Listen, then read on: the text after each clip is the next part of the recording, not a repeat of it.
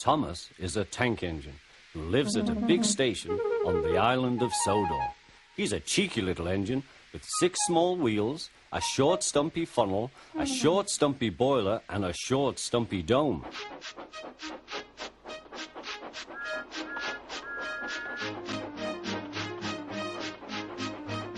He's a fussy little engine too, always pulling coaches about ready for the big engines to take on long journeys. And when trains come in, he pulls the empty coaches away so that the big engines can go and rest.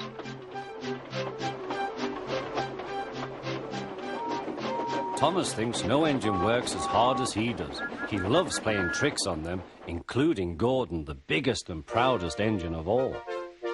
Thomas likes whistling rudely at him. "Wake up, lazy bones, why don't you work hard like me?"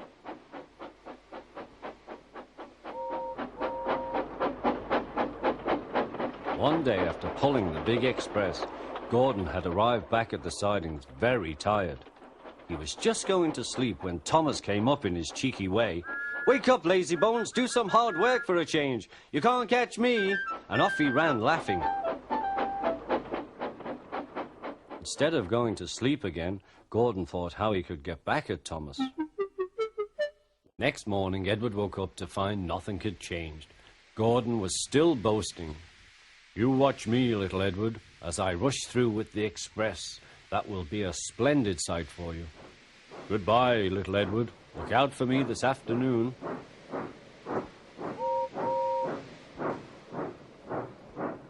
Edward went off to do some shunting. Edward liked shunting. It was fun playing with trucks. He would come up quietly and give them a push. Then he would stop and the silly trucks would go bump into each other. "Oh!" they cried. "Whatever is happening?"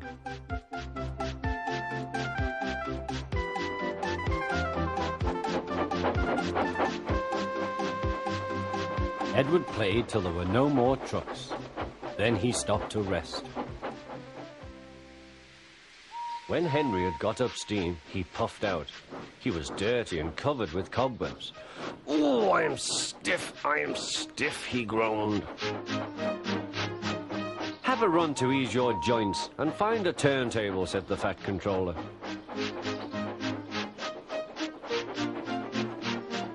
When Henry came back, he felt much better. Then they coupled him up. "Peep, peep," said Edward, "I'm ready." "Peep, peep, peep," said Henry, "so am I." "Pull hard, we'll do it. Pull hard, we'll do it." They puffed together. What happened then, no one knows. Perhaps they forgot to couple Thomas to the train.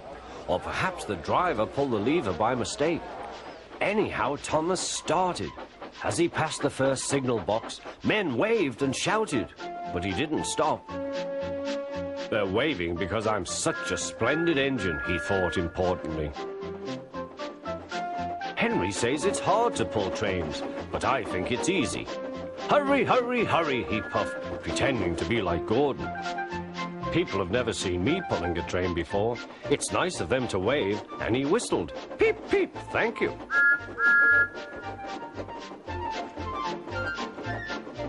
Then he came to a signal at danger. "Bother," he thought. "I must stop, and I was going so nicely too. What a nuisance signals are." He blew an angry peep, peep on his whistle.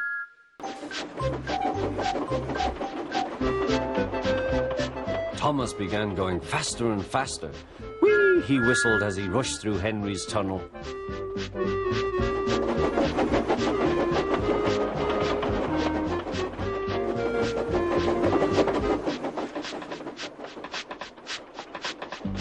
Hurry, hurry, called Thomas. He was feeling very proud of himself, but the trucks grew crosser and crosser.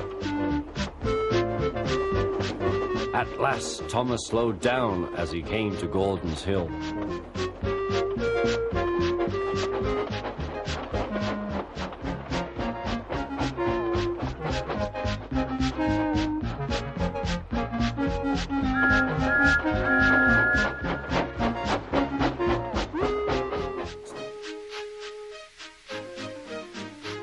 The Fat Controller was on the train with other important people, and as soon as they heard the guard's whistle, Gordon started.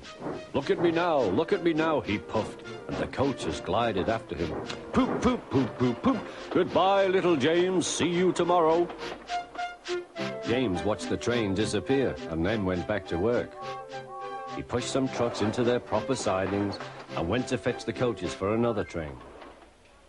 James had just brought the coaches to the platform when he heard a mournful noise. There was Gordon trying to sidle into the station without being noticed. Hello, Gordon. Is it tomorrow? Asked James. Gordon didn't answer. He just let off steam feebly. Then the driver let the bucket down to the water. The bucket was old and had 5 holes, so they had to fill it, pull it up and empty it into Thomas's tank as quickly as they could, several times over.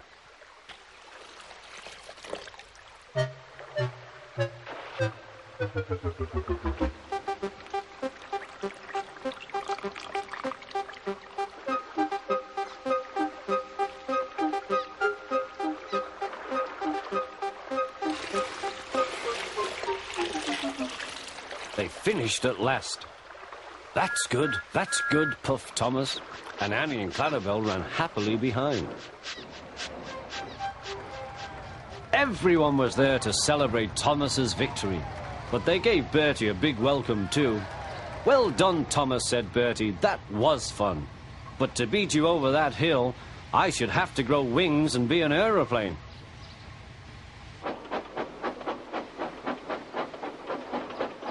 They now keep each other very busy. They often talk about their race, but Bertie's passengers don't like being bounced like peas in a frying pan. And the Fat Controller has warned Thomas not to race at dangerous speeds. So although, between you and me, they would like to have another race, I don't think they ever will. Do you? So Edward found coaches for the 3 engines, and that day the trains ran as usual.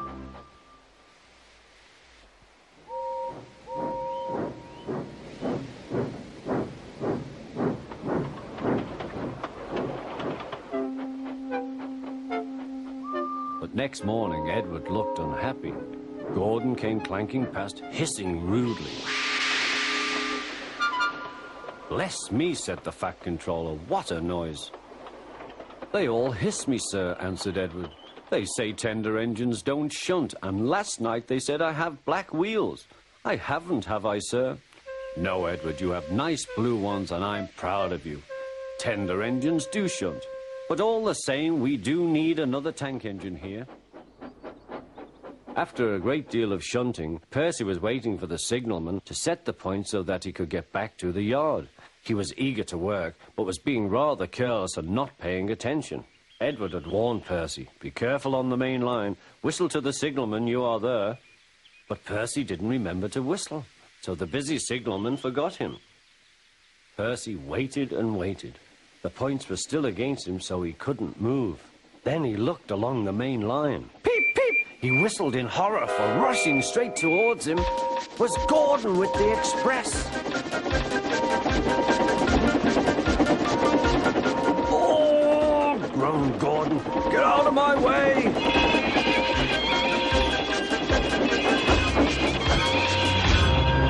Percy opened his eyes. Gordon had stopped with Percy's buffers a few inches from his own. A goods train was waiting in the siding to let the flying Kipper pass, and the driver and fireman were drinking cocoa in the brake van. The Kipper is due, said the guard. Who cares, said the fireman. This is good cocoa. The driver got up. Come on, fireman, back to our engine. They got out just in time.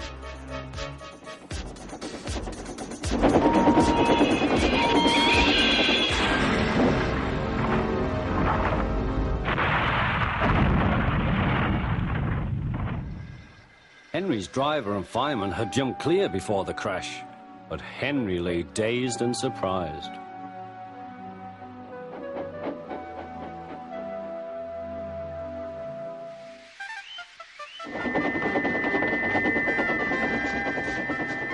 Meanwhile, Gordon screeched along the line.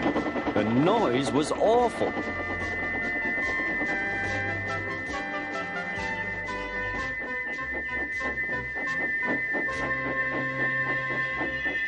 At the station, everyone held their ears. The Fat Controller held his ears too.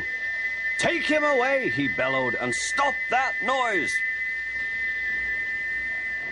Gordon puffed sadly away, but he wouldn't stop whistling until two fitters climbed up and knocked his whistle valve in place.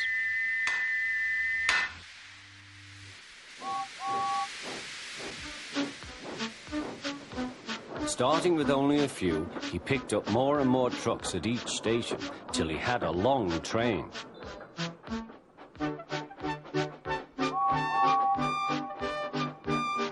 At first, the trucks behaved well, but James bumped them so crossly that they were determined to pay him back. Presently, they approached the top of Gordon's Hill. Heavy goods trains halt here to pin down their brakes. James had had an accident with trucks before and should have remembered this. "Wait, James, wait," said the driver, but James wouldn't wait. He was too busy thinking what he would say to Toby when they next met. The truck's chance had come. "Hurrah, hurrah," they laughed, and banging their buffers, they pushed him down the hill. On, yelled the trucks. "I've got to stop! I've got to stop!" groaned James.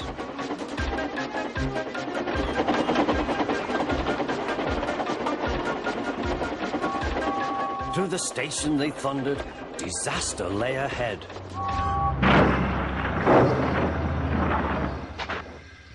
Something sticky splashed all over James. He had run into two tar wagons and was black from smoke box to cab. He was more dirty than hurt, but the tar wagons and some trucks were all to pieces.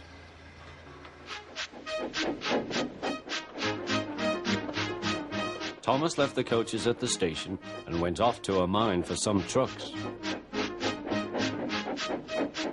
Long ago, miners digging for lead had made tunnels under the ground. The roofs are strong enough to hold up trucks, but not the weight of engines. A large notice warns them not to enter the area.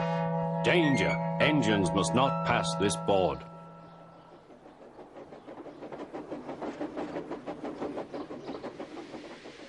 Silly old board, thought Thomas. He had often tried to pass it, but had never succeeded. But this morning he had made a plan. The fireman went to turn the points. "Now for my plan," thought Thomas. Bumping the trucks fiercely, he jerked his driver off the footplate and followed them into the siding. "Come back!" yelled his driver.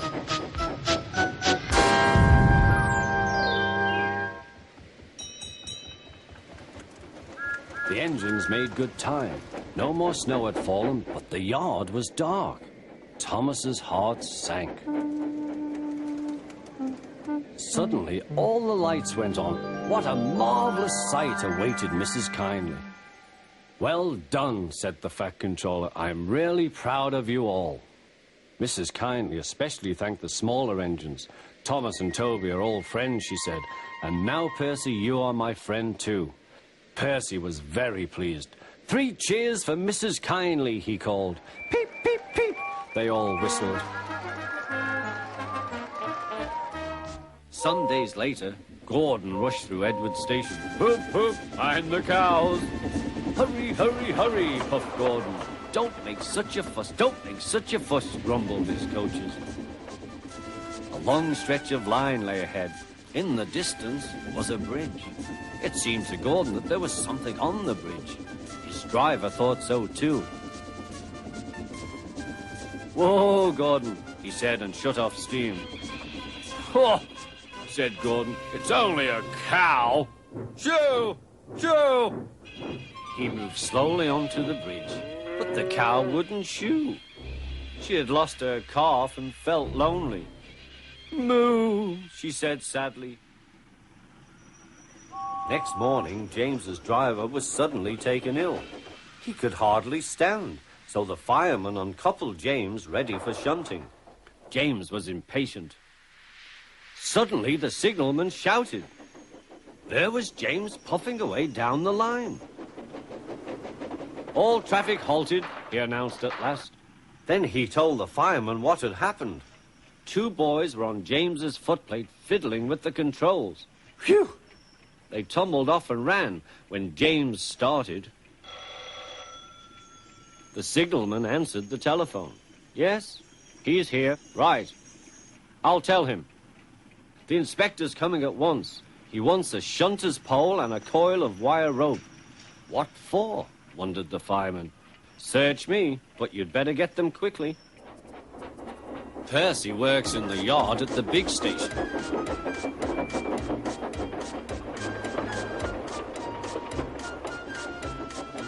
He loves playing jokes, but they can get him into trouble. One morning, he was very cheeky indeed. Beep, beep! Hurry up, Gordon, the train's ready. Gordon thought he was late. Ha, ha, ha, laughed Percy and showed him a train of dirty coal trucks. Gordon thought how to pay Percy out.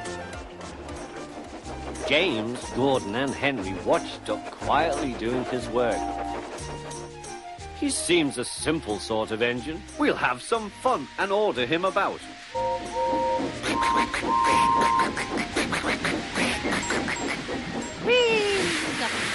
Smoke billowed everywhere.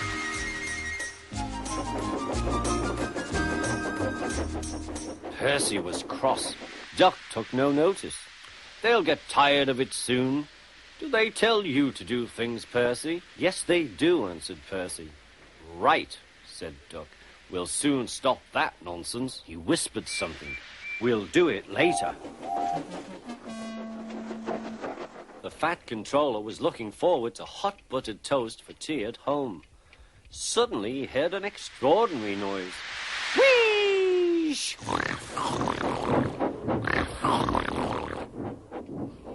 Bother, he said, and hurried to the yard. Listen, boys, the fireman called. Here's a song for Percy. Said Harold Helicopter to our Percy, you are slow. Your railway is out of date and not much use, you know. But Percy with his stone trucks did the trip in record time, and we beat the helicopter on our old branch line. Percy loved it. Oh, thank you, he said. He liked the last line best of all, and was a very happy engine.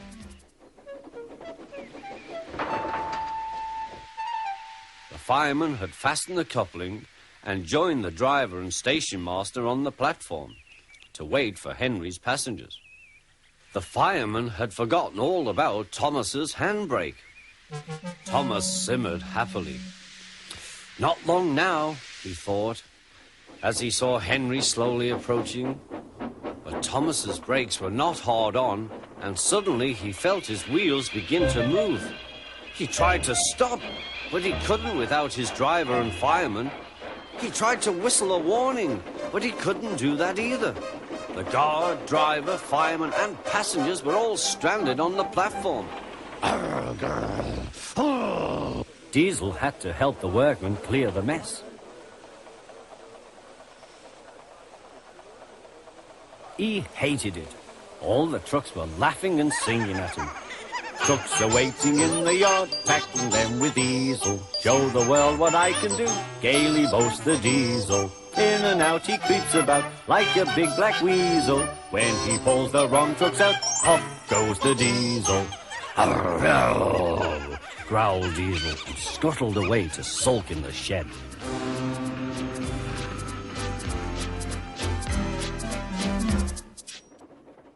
Duck loved coasting down the hill, running easily with the wind whistling past.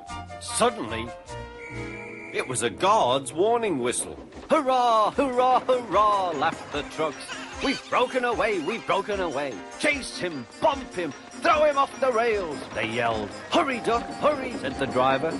They raced through Edward's station. But the trucks were catching up as fast as we can. Then they'll catch us gradually. The driver was gaining control. Another clear mile and we'll do it. Oh, glory, look at that! James was just pulling out on their line from the station ahead. Any minute there could be a crash. It's up to you now, Duck, cried the driver. Duck put every ounce of weight and steam against the trucks. It's too late, Duck groaned and shut his eyes. He veered into a siding where a barber had set up shop. He was shaving a customer.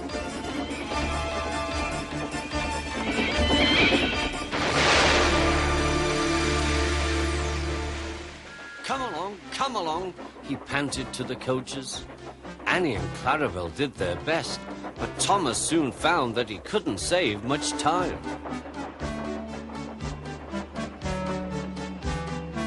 Suddenly, Thomas saw Bertie ahead. His radiator was steaming. What's the matter? Asked Thomas. You should be at the station by now. You're late. I feel dreadful, moaned Bertie. All upset inside, and driver says he can't make me better. Thank goodness you're late too. Can you take my passengers, please? They'll never get home otherwise. Of course, agreed Thomas. He now felt sorry for Bertie and promised to get help at the next station. The engines woke next morning feeling exhausted. Daisy, on the other hand, felt bright and cheerful. Ooh, ooh, she tooted as she came out of the yard and back to the station. Look at me, she purred to the passengers. I am the latest diesel, highly sprung and right up to date. You won't want Thomas's bumpy old Annie and Clarabel now. The passengers waited for Daisy to start, but she didn't. She saw that a milk van was about to be coupled to her and was most indignant. Do they expect me to pull that? Surely, said her driver, you can pull one van. I won't, said Daisy. Percy can do it. He loves messing about with trucks. Next day, the Fat Controller arrived. Toby and Daisy had helped to clear the wreckage, but Percy remained on his perch of trucks. We must now try, said the Fat Controller, to run the branch line with Toby and a diesel. You have put us in an awkward predicament. I am sorry, sir, replied Percy. You can stay there till we are ready. Perhaps it will teach you to be careful with trucks. Percy sighed. The trucks groaned beneath his wheels. He quite understood about awkward predicaments. The diesel looked up.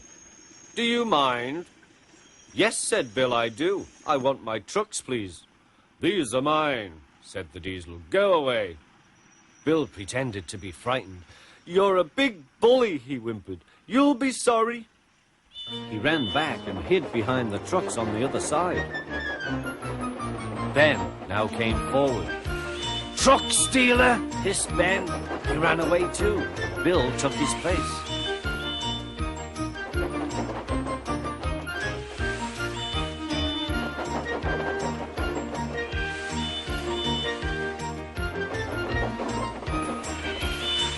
This went on and on till the diesel's eyes nearly popped out.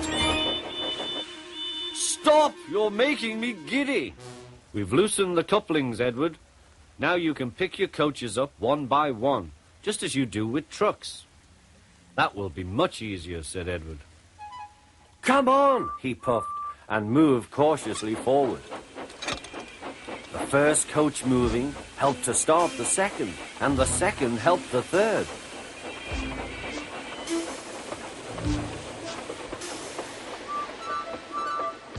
I've done it, puffed Edward. Steady, boy, warned his driver. Well done, boy. You've got them, And he listened happily to Edward's steady beat as he forged slowly but surely ahead.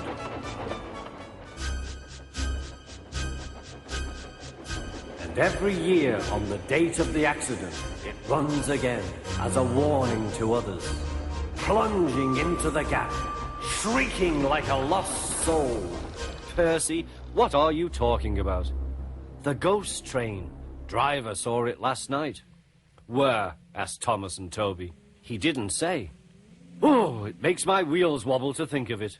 Huh, said Thomas. You're just a silly little engine. I'm not scared.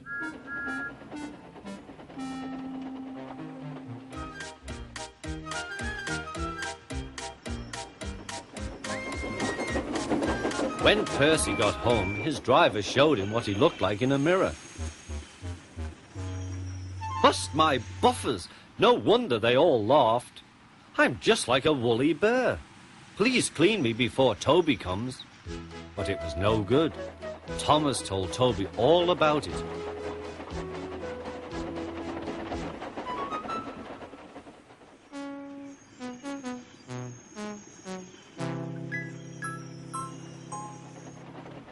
Instead of talking about sensible things like playing ghosts, Thomas and Toby made jokes about woolly bear caterpillars and other creatures which crawl about in hay.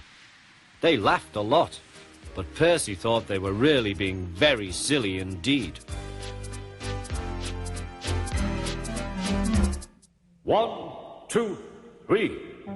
Suddenly, like magic, the station was flooded with lights. Ladies, gentlemen, and children, I give you 3 cheers for Thomas the Tank Engine and all his friends who have made this occasion possible. Suddenly there was a strange whirring sound. Percy and Toby smiled. They knew who it was. With landing lights shining brightly, Harold the helicopter touched down gently in the snow. Bringing the greatest surprise of all, Father Christmas. Everyone cheered and the party began. It's no fun getting stuck in the snow, whispered Thomas to Percy, but it was worth it for this party. Happy Christmas, Percy. Happy Christmas, everyone.